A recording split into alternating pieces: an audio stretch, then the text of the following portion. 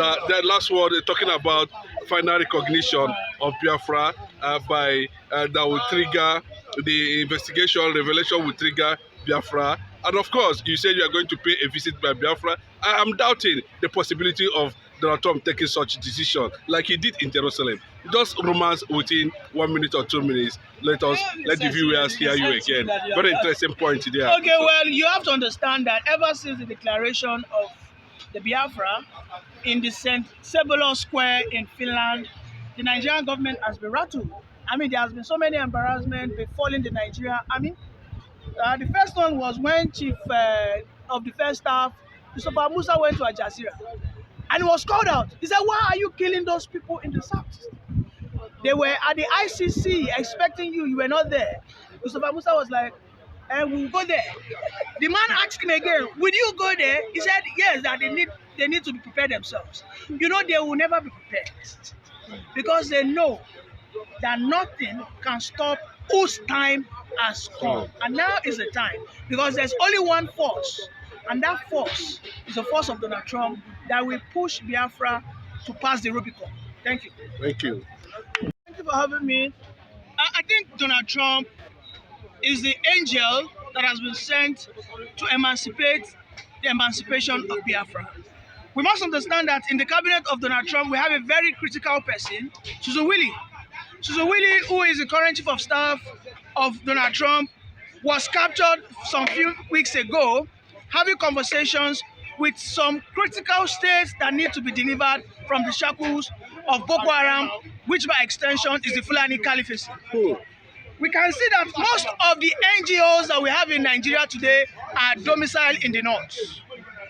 Most of the NGOs which are financed, when we look at it historically, we saw that these were the machinations of Barack Obama. Barack Obama, who had a deal, unfortunately, he had a deal with Buhari that they have to do everything to bring Nigeria down. Because when Jonathan was in power, when Jonathan was in power, Nigeria was speculated to be the biggest nation in Africa and even ahead of some European countries. So you will understand that when Barack came in, they financed Fulani because they know that the Fulanis are always anti-progressiveness. The only thing they want, the only thing they like is Sharia. The only thing they want is to suppress people and take away people's progress. And they gave that to who? To Buhari. Then the NGOs started coming in. If you look at it before 2014, we didn't have NGOs in this country. US aid was not coming into this country. Obama even wanted to pass a bill that man will be marrying each other. So when Trump came on board, the first step Trump took was he called Buhari. He said, Buhari, why are you killing my people in the southeast? He asked him that question. He asked him that, Buhari, are you sure you are not a dummy? What is going on? Buhari was just laughing. He asked him again. He said, why are you killing Christians? If you take a look at the Nigerian man, the region that is predominantly Christians are the Biafrans. And if you look at it, within that period of 2017-2018, that was when Nnamdi Kanu residence was invaded. That was when his father was killed because of that abuse of human rights. Donald Trump has not forgotten. Nnamdi Kanu, this is why it's good to be good. When Donald Trump was about to win his election in 2020, Nnamdi Kanu was one of the very important contributors. Nnamdi Kanu, a very charismatic and a very vocal person, was in that convention and he ensured that he paid his dues.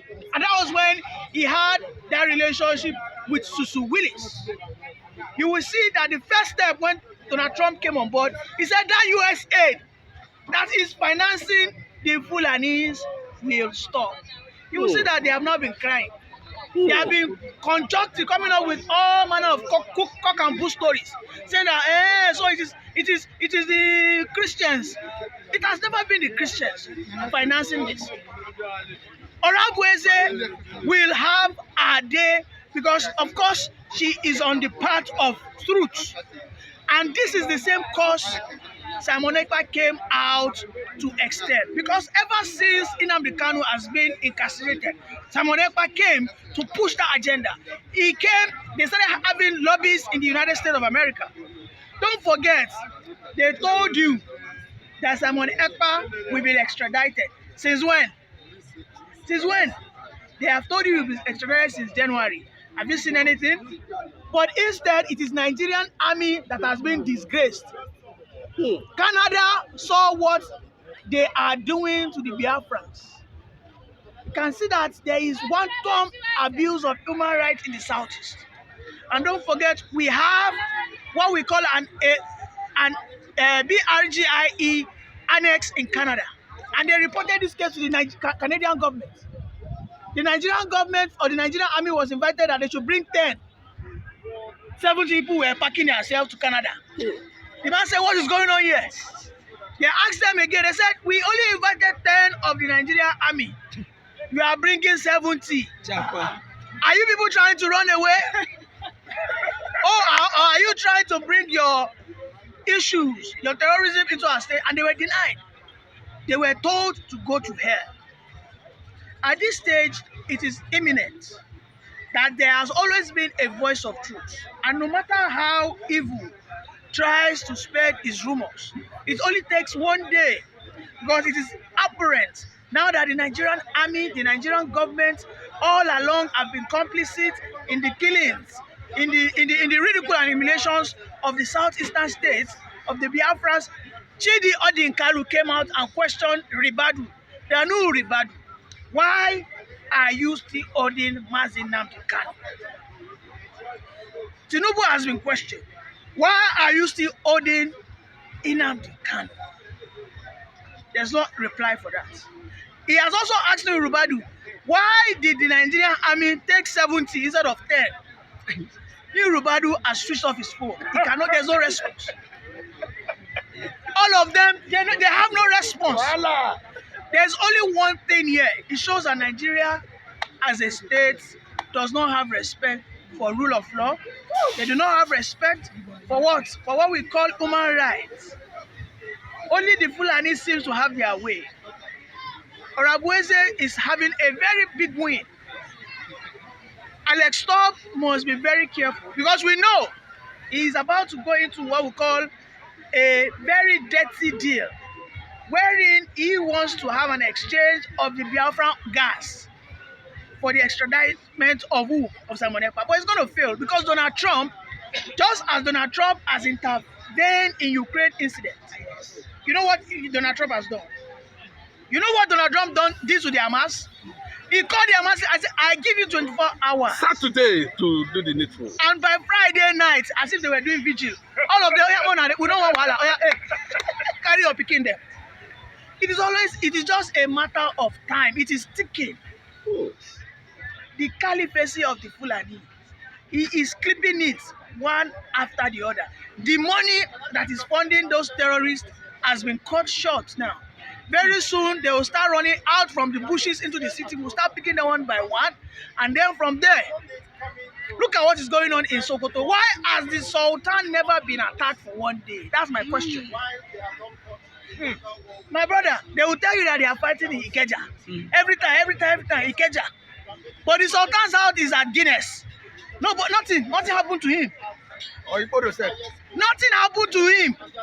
It tells you one thing. They know that if these people go, within 2 weeks, I guarantee you, the North will start starving. Because they know that the resources that they are able to exploit from that southern part of the country is what that is sustaining them. And they must do everything. Those that were supporting them, which were the Democrats. And you know, during that election, I was looking at some of my Igbo brothers who were supporting Democrats, who were hoping for Kamala Harris to come in. We were just looking at them like, it seems you don't even understand what liberation means. You don't. Donald Trump's first speech, the very first day he made a speech when he won, he said anywhere in the world where people are suppressed, he will intervene. That was the first blow. First blow. with Pakistan, you know, there was this Palestine, this thing. He started deporting there. He said, if you do not like USA, go back to your country. The next thing, Hamas got their own share of it. Next thing, I am sure, is going to be the Biafrans. And of course, by the end of the day, we are going to have Orabueze, Simon Ekpa, and Nnamdi Kanu vindicated. Thank you. Yes, finally, me, on this issue, some people are saying that with the revelation coming from Scott Perry, you know, a congressman, it is going to trigger Donald Trump getting EU nations to show and sign into final Biafra recognition.